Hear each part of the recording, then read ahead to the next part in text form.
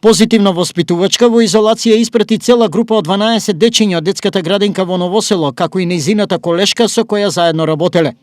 Информацијата за телевизија Стара ја потврди директорката на градинката Вера Циривири Трена Совка Атанасова. Имаме позитивна колешка во една од градинките и по решение на епидемиолозите сите кои биле во контакт со неа се испратени во изолација. Останатите групи работат нормално согласно протоколите. Истакна Атанасова. Резултатите од замениот бриз треба да утврди дали воспитувачката е заразена со вообичаениот сој на корона присутен кај нас или во прашање е така наречениот британски сој.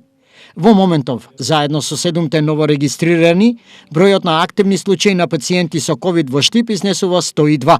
На ниво на регион, бројот на нови случаи е 28, а вкупно активни се 346.